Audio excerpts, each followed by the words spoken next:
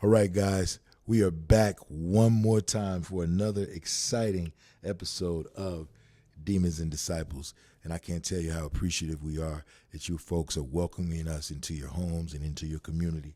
And none of this could be done, of course, without the illustrious group, Men of Purpose. So let's make sure we give it up to them. And we're going to appreciate them for everything that they've done and everything that they do. Now, today is a doozy. We got a good episode. It is respect and acceptance don't always coexist. And we're going to talk about how that's true and what that means. And, of course, all of this is hosted today by yours truly, Mr. King Nubian. Now, let's dive right in. You lied to me. And you think that whatever you lied to me for is justified by a reason or several reasons. Okay. Let's say I agree with you. Let's say that your reasons struck me as logical. And I say, all right, I respect the fact that you lied to me. I may even respect why you lied to me. But I don't accept it as a behavior that I want from people in my circle. So I respect you, but I don't accept you in that type of behavior. Well, I didn't have to tell you that I cheated on you when we were on a break. I didn't have to tell you that I stole money from you when I was dealing with a drug issue. I didn't have to tell you that I told lies about you behind your back when I was mad at you. But here I am coming clean right now. I'm letting you know that I did those things and you didn't have to find out about it. I'm telling you, I'm being straight up with you about when I wasn't the best version of myself. And you don't want to be my friend. You don't want to be my lover. You don't want to maintain our brotherhood, our sisterhood, our employment. You don't want to mess with me. I thought you told me you respect me. I thought you told me that you understood why I did what I did. I do. And I do respect the fact that now in this moment, you're being very honest with me. You're being transparent. You're even being vulnerable. I have a lot of respect for that. But just because I respect you for that, and I do not misunderstand me, it does not mean by any stretch of the imagination that I have to accept your behavior, accept what you said, what you did, how you presented yourself, how you represented and or misrepresented me. We're good as it relates to I don't have a beef with you. I'm not out to get you. I don't wish you any ill will. I still respect what you're doing right now, taking ownership, accountability. But I don't accept what happened at all. People have a disconnect with that. And this happens every day all across this country, in families, in workplaces, in relationships, in friendships, right? Even with strangers, amongst people who have no affinity to one another. People confuse respect with acceptance, and it's just not necessarily the same thing. They can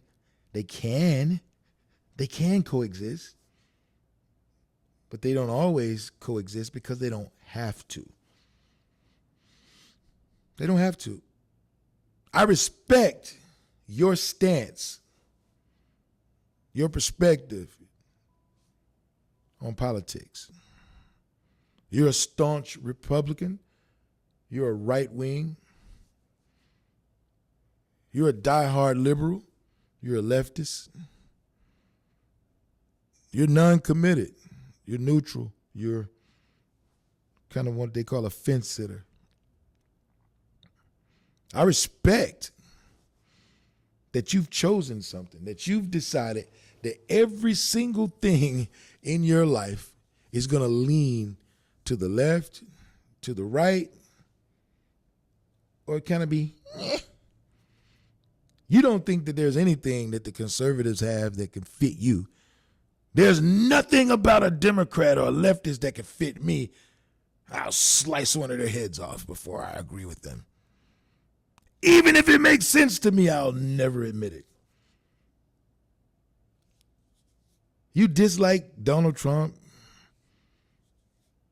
Marjorie Taylor Greene. You dislike J.D. Vance. You dislike, pick one. So much that they don't say anything, nothing. They say nothing that you can agree with. Nothing. The Dems have no validity in anything that they say. Nothing. So you've signed up here or you've signed up there. Or you are so adverse to either side that you just rather not pick one. But you stand on the fact that you're not going to pick one because neither side have anything that you see enough credence in to say, okay, I can agree with that. So you're in the middle. I can respect those things, but I don't have to accept them, which means that when you guys are having a conversation, which you shouldn't be having at work, but you're doing it, about this side or that side or no side, I don't have to join in. Doesn't mean I don't like you. Doesn't mean I don't want to party with you. Doesn't mean that I would invite you to my home or respond to an invitation that you invited me to yours. Doesn't mean that our kids can't play together. Doesn't mean that we can't have a meal together. Doesn't mean that we can't have a conversation about football. But it does give me the right, the option, the choice to remove myself from a conversation that I just don't accept when you're talking about whatever you're talking about that maybe I don't agree with. If you're talking about some things that I do, I may stay in the conversation as it relates to being a participant. I may not be a speaker, but I may be in the conversation because it's something that I can see some sense in. But once it starts going too far to the right, if you're a hardcore conservative, or too far to the left, if you're diehard liberal, or just too mucky, wishy-washy, can't make a decision, I will just politely exit because I can't accept that. Respect, not accept. Respect, not accept.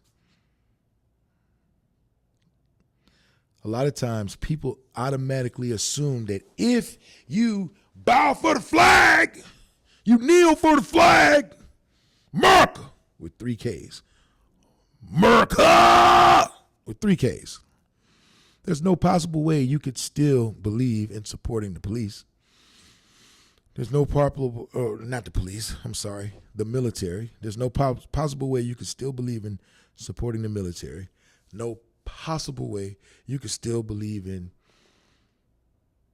pledging allegiance to the ideals of what the country is supposed to mean. There's no possible way you could be about freedom and liberty and justice for all if you're protesting the fact that there is, in this day and age, still yet to be achieved liberty and justice for some.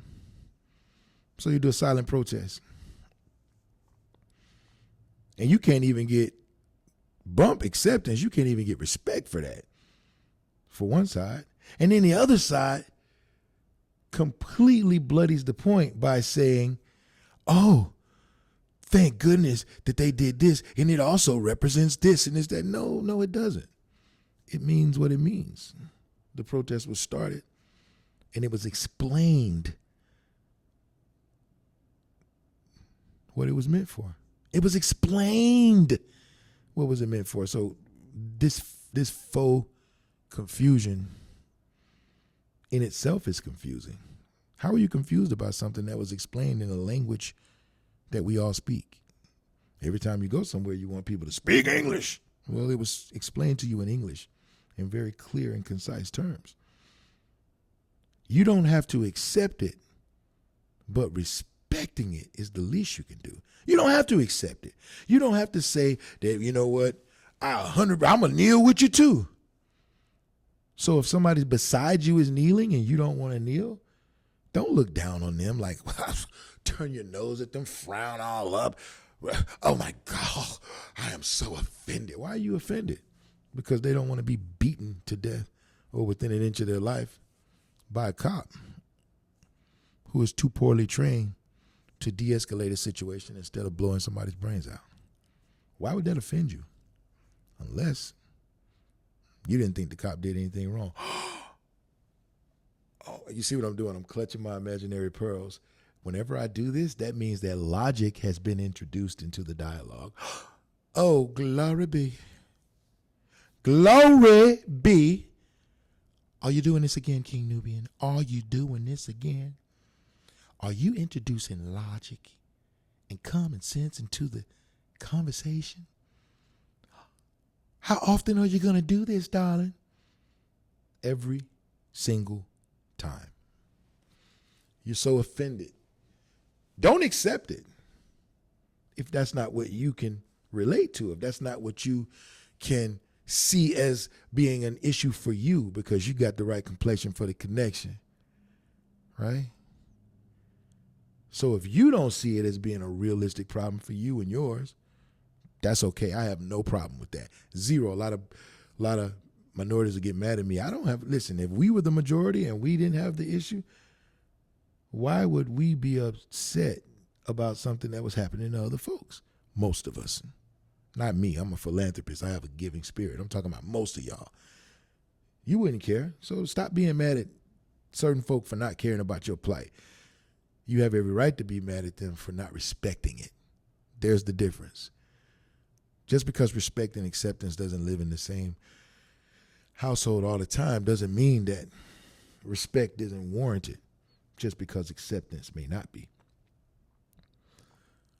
The same thing for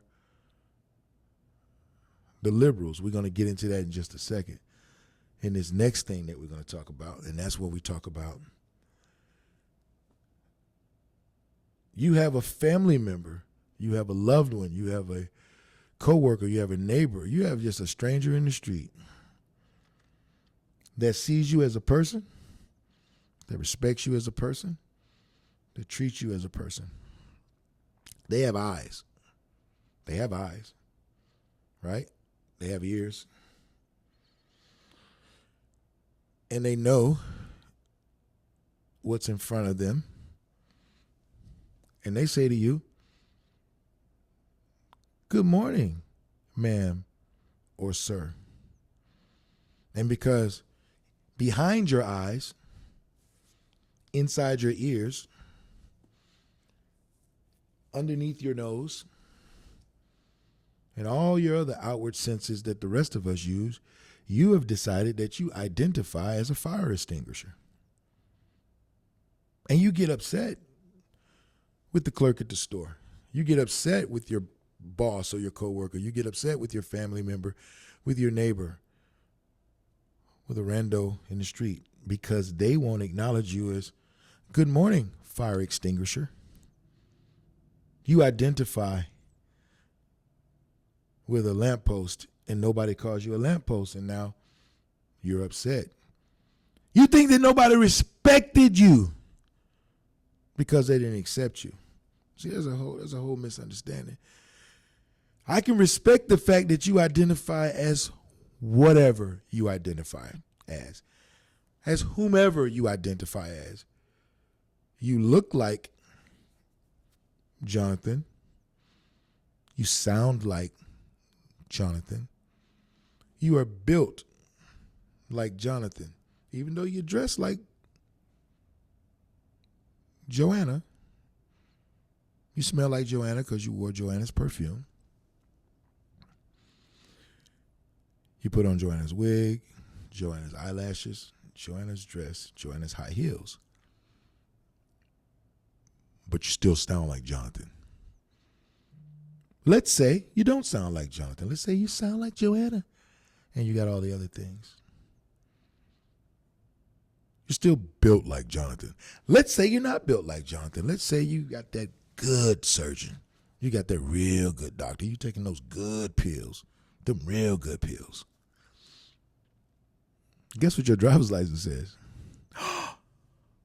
Excuse me, King Nubian. Are you doing this again? Why, yes, I am. Are you injecting common sense and logic into the discussion again? Yes, Miss Dorothy, again. Because your driver's license says Jonathan, and on your driver's license where it says gender, it has an M. So when you present me your driver's license with your form of payment that's not cash, you're buying a car, you're making a major purchase, I'm going to call you sir or mister. And if you don't respond to that, then the next call I'm making is security. Because no matter what you thought, no matter what you envisioned, no matter what you told yourself, you forgot to invite the rest of us into your delusion. See, because that's what it is. It's delusional for you to think that just because you decided to be someone different, that we also had to make that decision. I can respect, and this is where we get into it, Jonathan, I can respect that you now want to be Joanna. I can respect that because that's a choice for you. Godspeed, my brother, my sister, whatever. More power to you. But here's what you don't get to do for me. You don't get to make that decision for me, that I have to accept it. I respect that that's the decision that you made for you. You want to call yourself a her, a she. You want to call yourself Joanna. And if you presented me with a driver's license that said that, I would call you Joanna because that's what your legal government driver's license said. I'm not sleeping with you. I'm not making out with you. I'm not doing anything that needs me to step beyond the bounds of what your driver's license said, your legal documentation says. So yes, I am saying, even if you came up to me sounding like Jonathan, looking like Jonathan, yeah, and you presented me with a document, legal, that said your name was Joanna, then I will be calling your big, burly, muscular ass Joanna. Not because you said to, but because legally that's what you're called. And that's what I'll call you. No more than I'm going to call a grown man Sweet Pea just because that's what he wants to be called. If a grown man introduces himself to me as Sweet Pea, I will be calling him bruh, partner, player. Say, homie. I will never call him Sweet Pea, never in a million years. Never, never, never. Because I promise you that's not on his birth certificate. And if it is on his birth certificate, I will find out what Sweet Pea's last name is and call him Mr. Blank. I'm not going to be goaded into his delusion. Sweet Pea my ass. I'm not calling a grown man that. And I'm not calling Jonathan Joanna. I respect you, Jonathan, for choosing to be Joanna in your head. But in real life, where the rest of us live out here in the public, where we have eyes and ears, we can see, you are Jonathan. Now, if you want to go to the county, to the state, to your local office and get your name legally changed to Joanna, I'm still going to call you Joanna because that's your name. But guess what I'm not going to do? I'm not going to call you her. I'm not doing it. I'm not going to call you she. I'm not doing it. I'm not doing it. I'm not participating. Because this guy, has common sense. I have logic. I have eyes. I have a nose. I have ears. I can see that you are a man. Now, that is respect without acceptance. Same token, I have a son who is the love of my life. He tells me, if he ever tells me that he is homosexual, I'm not going to stop loving him. That'll be insane. To me, people who do that, to me, is insane, right? That's going to be my only opinion that I offer. For me, it's 100% fact that my son, and I hope he doesn't, I sincerely hope he doesn't. I don't care what you guys think about me for saying that. I hope that he doesn't. But if he does, I'm not going to love him any less. I have people out there in the world right now who I love like brothers who are overtly gay, that I love like sisters who are outwardly gay. I'm not going to change how I feel about them because they are living a lifestyle that works for them. They're not asking me to be gay with them.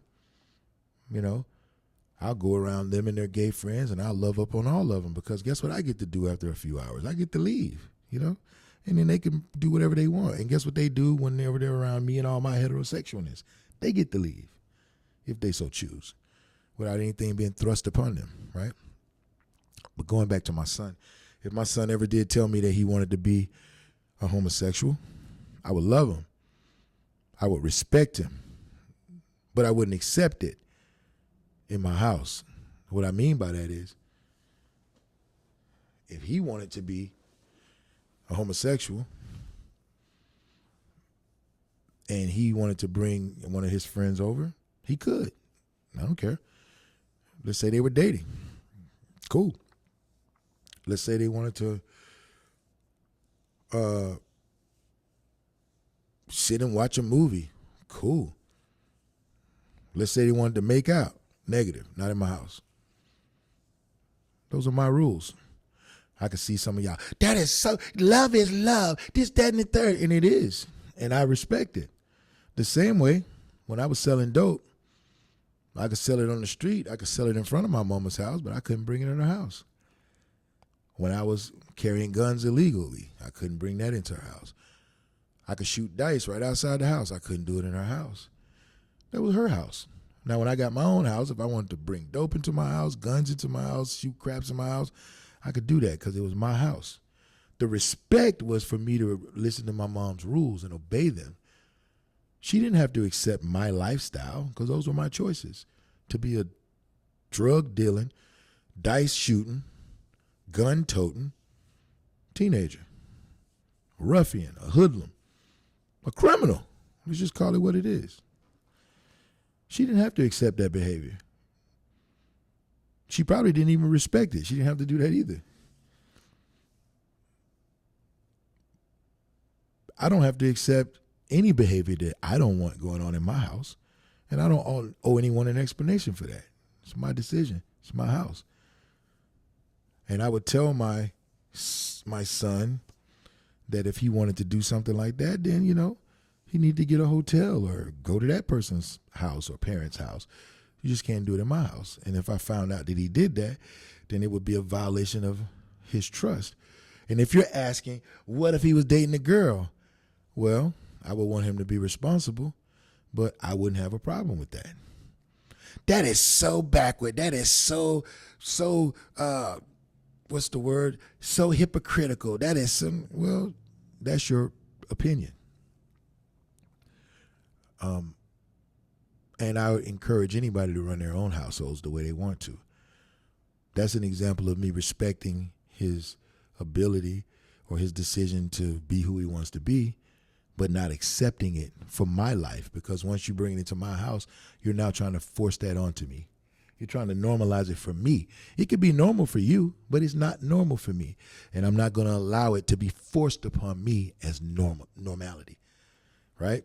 And you can say whatever you want to say about me, because I will not be held captive by you trying to force your delusion on somebody else. And when I say it's delusion, it's not because anybody can't make a choice. It's delusional for anyone to think that a decision that they make for themselves has to be universal for everyone else. If I decided I wanted to just walk outside and wear a t-shirt and sneakers and never wear underwear, just because I identify as a big swinging man, that doesn't mean that everybody else has to identify with that. And I get mad and I want to pick at people's businesses and I want to try to get them canceled online. That's just childish. I come up with an idea that nobody else wants to do, who's not in my own community, and now I get to force it on them. Please stop it. is bullying in reverse, and I'm not going to stand for it. Respect without acceptance, because respect and acceptance don't always coexist. We don't need you, Miss Dorothy. Miss Dorothy, they get it. Common sense and logic will prevail. Okay, King Nubian, because I'm ready to clutch him. This is a big one right here. Y'all know where I'm going, right? Lies led into politics because they're close cousins. If you're a politician and you ain't lied yet, you about to lie.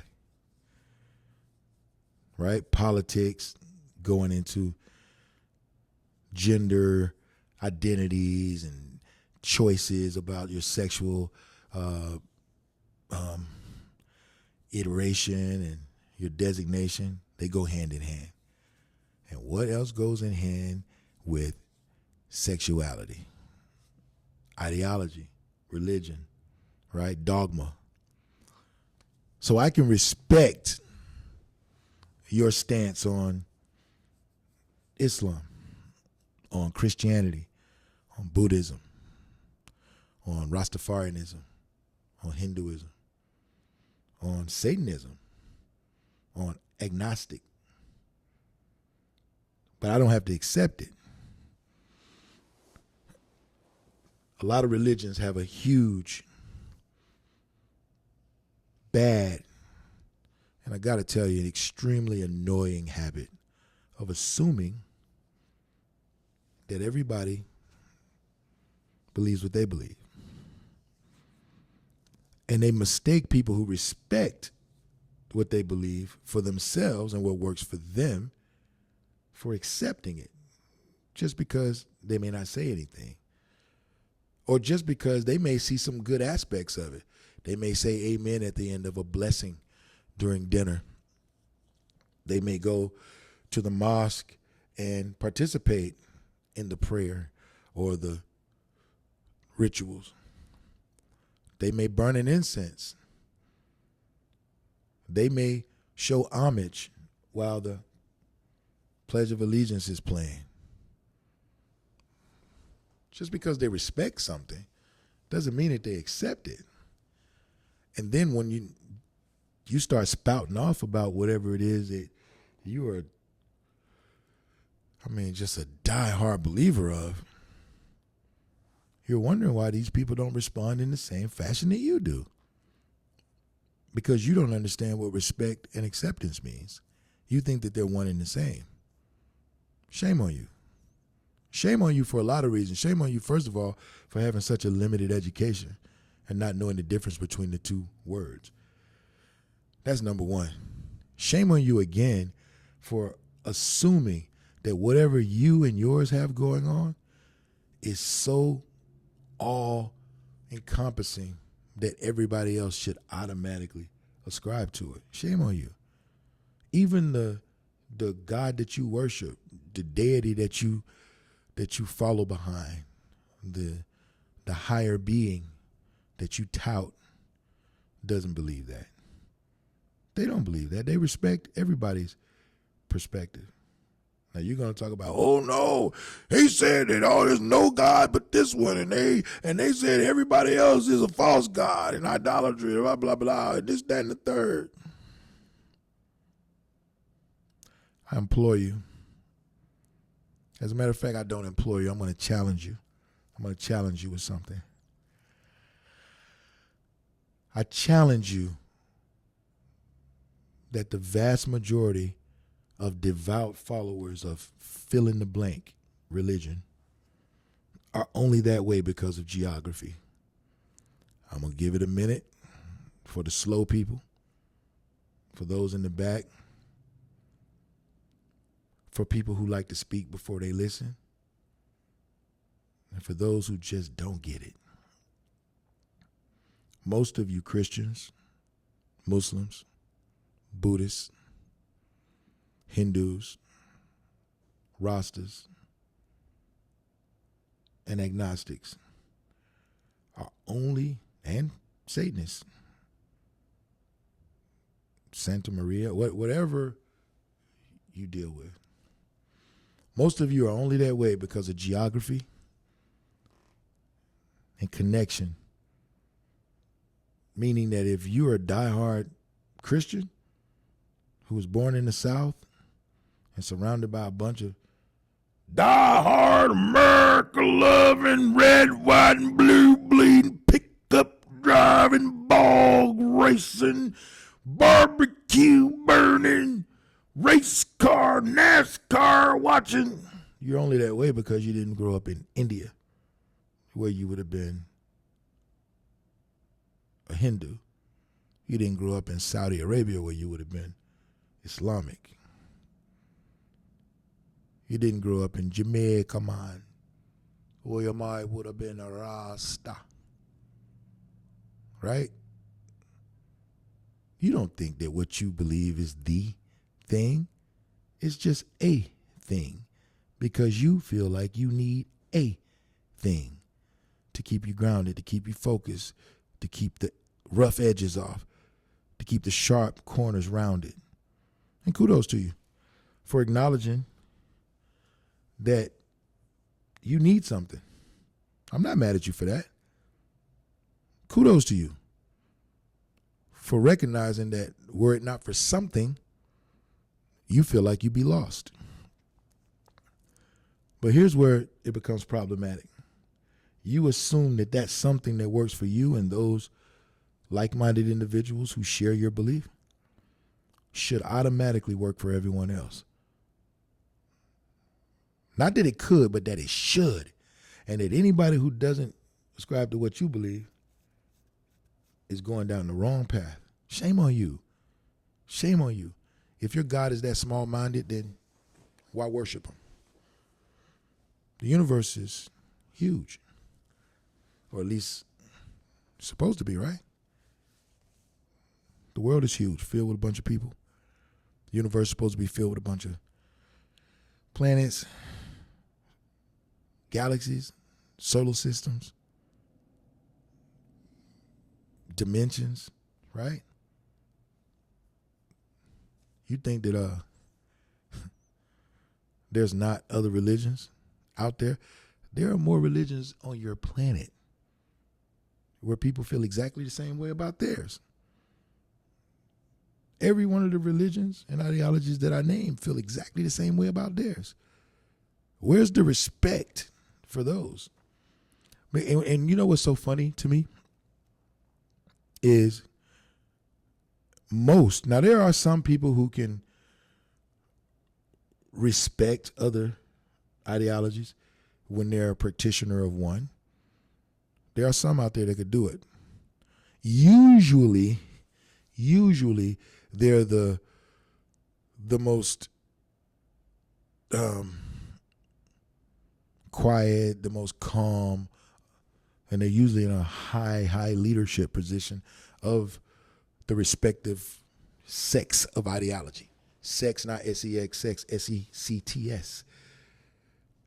And it's usually not the most outspoken ones. It's usually not the most virile ones, the most loud, passionate, crowd-moving, crowd-gathering ones. No, they hate everybody else. Everybody else is wrong, and theirs is only right, blah, blah, blah, blah, blah, blah, blah.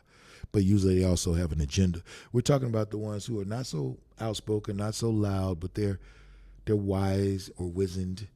They're learned. They do believe that theirs is the one, but they also respect the other ones, right? Those are few. Most practitioners, believers, ascribers to a certain belief, dogma, religion, they have zero respect for any other religions. Now think about that. Zero respect for other people who are doing exactly what they're doing, giving their life for some doctrine, sacrificing their wants, their desires, their intentions, their inclinations for an ideal, for something greater later, for ethics, values, morals. They're doing the exact same thing that you're doing. And a lot of times in the exact same ways, their God just has a different name, different pronunciation. They came from a different place. Maybe some parts of the dogma is a little bit different than yours, but essentially it's the same. And you have zero respect for theirs. They have zero respect for yours. That in and of itself should tell you that what you're doing is not just, it's not pure, it's not right, it's not righteous, it's not holy, right? You certainly don't have any acceptance for it, but you don't even have respect for it. In my studies and in my travels and my experiences, I found that people who have the most respect for multiple ideologies are people who haven't ascribed to any, because they understand that most people feel like they need something. So I'm not going to crap on Christianity or Rastafarianism or Islam or Buddhism or Hinduism or any other ideology, even what we consider the dark arts or the black magic, Satanism and Santa Maria. I'm not going to crap on any of that, Wiccans. Because at the end of the day, those are people behind those dogmas, who are ascribing to those things, who are sacrificing, who are suffering because of whatever they've aligned themselves with. So I'm going to show them some respect for being man or woman enough, boy or girl enough, human enough to say, hey, I align myself with blank, and I'm going to do everything in my power to make sure I live up to the values that blank represents. I respect that. Just because I don't accept it, because I have things for me, I'm a logical person. I'm logical. So I'm not going to knock somebody for doing something illogical just because it doesn't work for me.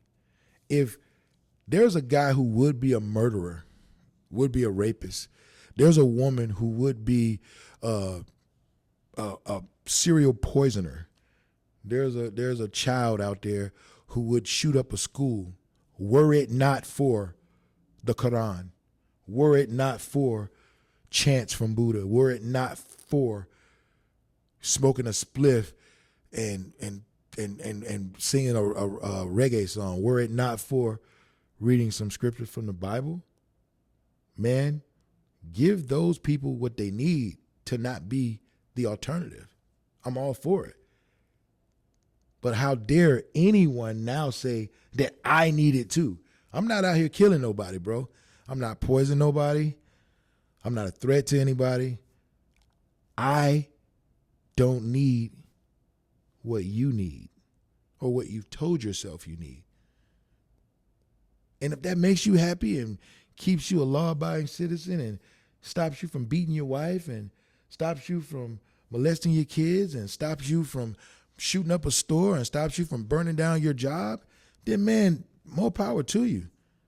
Go to church every Sunday. Go to Bible study on Wednesdays. Go to Sunday school early in the morning. Go to revival in the summertime. Do all of that stuff if that's what you need. Go to the mosque and pray 5 times to the east. I'm with it, man. Burn some incense. Don a robe and start chanting. Roll a big spliff up for Jah. Whatever you need to do that keeps you, I'm with it. I respect it. I do. But I don't accept it for me. So when you come to my house and we're having dinner, you could say your grace for you, but what you're not going to do is stop us from eating and tell us we got to say grace. That's a big fat negative. We ain't doing that because that ain't what we do here. I'm not going to stop you from doing it, but I'll tell you what, we'll get you put out of my house. You wake up one Sunday morning and let me see you in there having Bible study with my son. If I don't whoop your ass first, you definitely getting out of my house. Definitely. Definitely, 1,000,000%. Let me see you in there teaching my son how to chant. Laying down a rug and a carpet and telling him, it's 2:00. We got to point to the east. Any of that stuff. I can respect that you may do it. You may ask me, hey, man, can I? Yeah, absolutely, bro. You can use this room. You can do whatever you need to do. Hey, Riker, be quiet. Muhammad is in there. He's in there praying. We're going to respect that for you. But you ain't going to burn no incense in my house, Buddha, man. You ain't doing that. Just because that's what you need to do and you visiting me, then take your Buddha ass outside and burn all the incense you want. See, you could pray in my house because you're going to go in a room and pray. But you burn incense, I got to smell that too. I don't have to be subject to your prayer. Again, anything that's not going to infringe upon me and the way I live my life is acceptable in my house.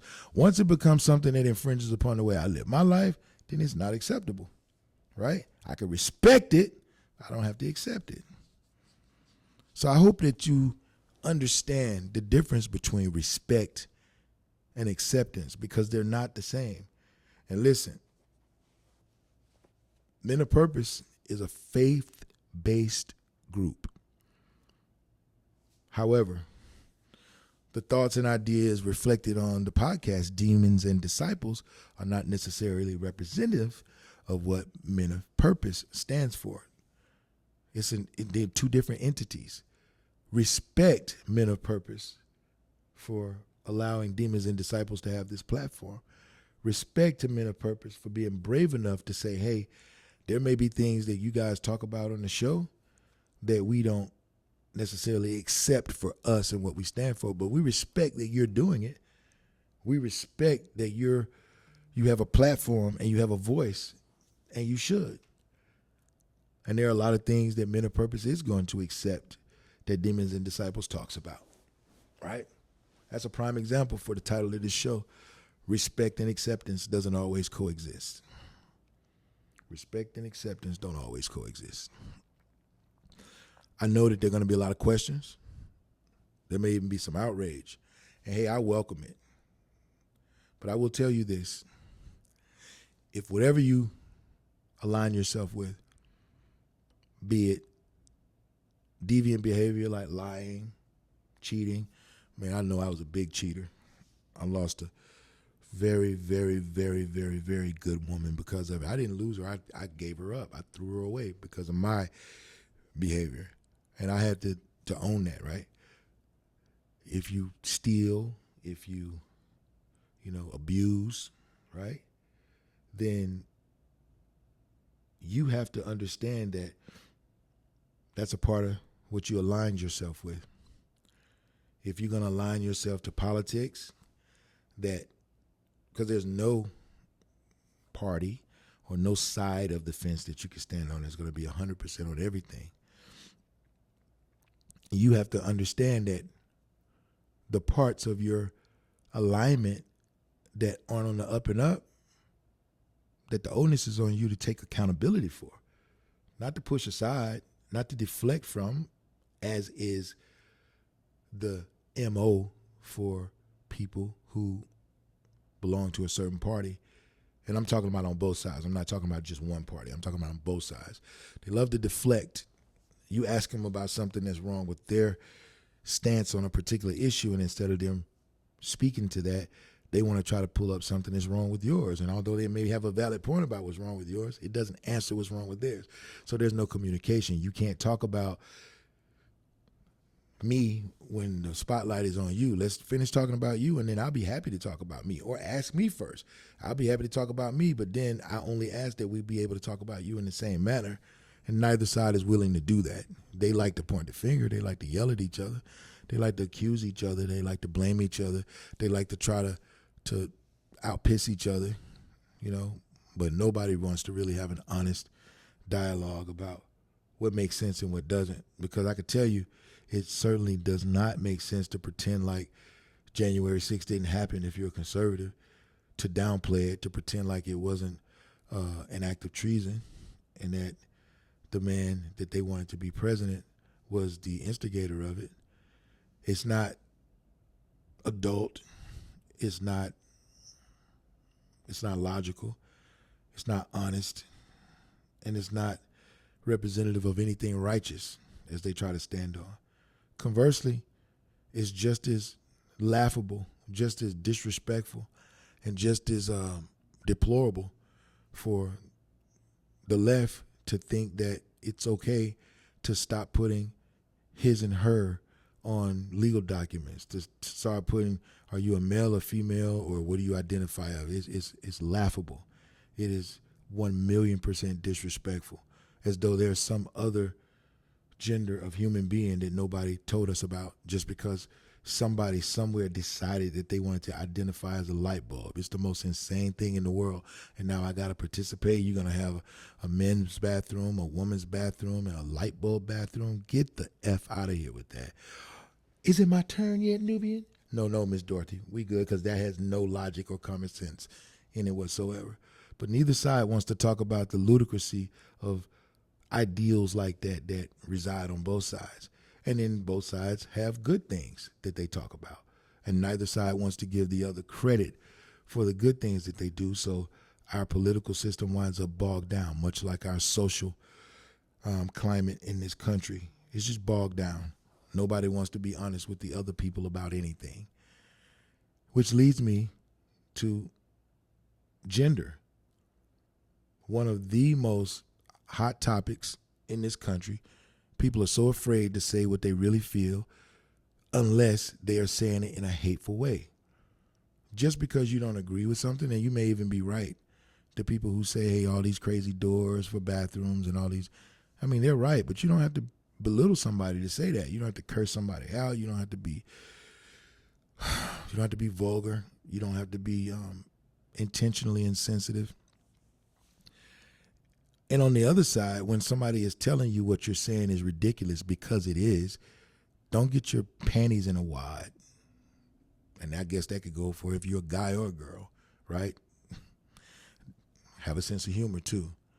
Don't get all bent out of shape because somebody is telling you that what you're saying is for you. It's not for everybody else. And you've decided that it's for you. We're not telling you it's for you. We're not going to push it down your throat. But you somehow feel like it's okay to push things down our throat. That is the epitome of bullying. That is the epitome of hypocrisy. And those people who are living in the alphabet community, who went through the unfortunate and unjust suffering and ostracization and bullying and all kinds of things that happened to them because they chose. And yeah, we're going to say chose because that's what you did. People who say that you don't choose, that's going to be a whole other podcast I do. And we're going to talk about that. But don't bring your feelings, because your feelings are not welcome. Only bring your facts, because that's what I'm going to bring, receipts, right? And that's going to stop a lot of people from talking anyway, because who cares about your feelings? Just like you don't care about mine. So let's talk about the facts. But when you choose a certain lifestyle, then you have to know that it's going to come with certain criteria. Good, bad, or indifferent. I'm not saying it's right, but it is what it is. When I chose to sell dope, it came with looking over my shoulder, not just for the cops, but for the jack boys, for the setup girls, for the people who are looking for me to slip up. That's the lifestyle I chose, right? It happens. Well, that can happen to you if you just work a regular job. Yeah, it can, but the likelihood is considerably higher when I choose to be a dope boy versus choosing to work as a bus driver. So let's not be nonsensical with our positions, right? And when you choose to be homosexual in a predominantly heterosexual society, then the predominant side is going to, unfortunately, as human nature dictates, not always be kind. But just because they're not always kind doesn't mean that you get to say, well, who would make this decision and take all the suffering? Well, you did. Same way, I made a decision to be a criminal when I did. And I had a lot of suffering because of it. The only difference between you and I is I understood that I made a choice, and you don't. But again, I'm not going to get too much into that because I'm going to have a different podcast about that. And then it brings me to my last and final. I don't even like saying that, but I did. My bad.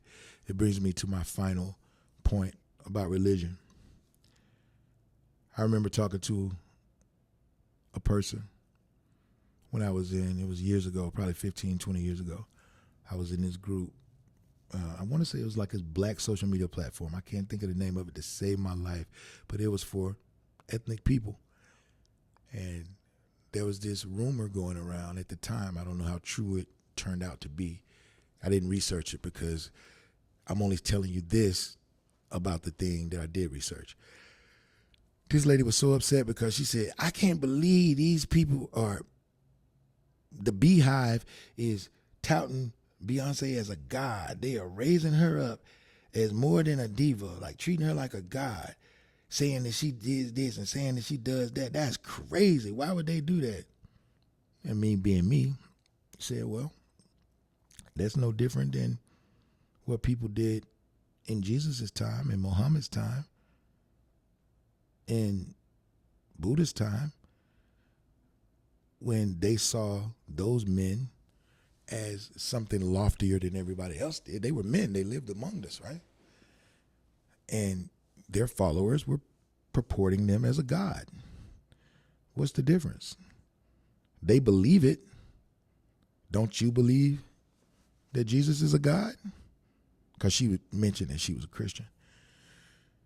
I said, there's no proof to substantiate that. I mean, you believe that there's proof, but there's no proof to substantiate that. Just like they believe that she's a goddess with no proof to substantiate it. Why are you so mad at them? What crimes have they committed? What ill have they done? These are the same people in the same breath talking about donating food, feeding people, doing all this stuff, right? She was just so mad that why couldn't they do it in Jesus' name? Well, they're doing it in Beyonce's name. Who cares why they're doing it? It's getting done. She thought that was just the most ludicrous explanation I could offer. And I just wondered how she could not see that it was identical. It was exactly the same thing. They were composing, in her words, I don't know, they were composing a religious text of Beyonce's teachings. It sounds ridiculous to us because we know Beyonce. Well, we don't know her, but we know of her. We live in a time with her, and we know she's a rock star or a pop star. But how ridiculous do you think it sounded in Buddha's time, in Muhammad's time, in Jesus' time? And then, 2,000 years later, Jesus has a religion. 20-some thousand years later, so does Buddha. Several thousand years later, so does Muhammad. Who knows what's going to happen in a few thousand years with Beyonce? History is written by those in power. None of us were there back then to know what happened. We just know what was written down. And whoever writes it down gets to tell the story, right? So let's not be so quick to discount somebody else because they don't believe what you believe. And I can see a lot of y'all right now. I can't believe you said that, blasphemy, this, that, and the third, blah, blah, blah. I got this other podcast that I'm doing. It's going to be directly about religion. Directly about religion. Y'all ain't ready for it. All facts. All facts. Y'all ain't ready for it. I am going to summarize this by saying this. We have to be really, really careful about explaining what we respect and what we accept, because some people don't know the definitions of words. They don't know the meaning of them. Some people don't understand that something means something, that something, just because you say something doesn't mean that it is what you think it is. And what you think doesn't get to dictate what something means. So we have to be careful how we interact with others. We have to be very, very careful how we represent ourselves, what we say, what we do. And more than anything, we have to know and understand not just the words that we use, but the meanings of those words, so that we won't get our own feelings hurt. Because feelings at the end of the day are just feelings, right? They don't mean anything to anybody except to the person who's experiencing those feelings.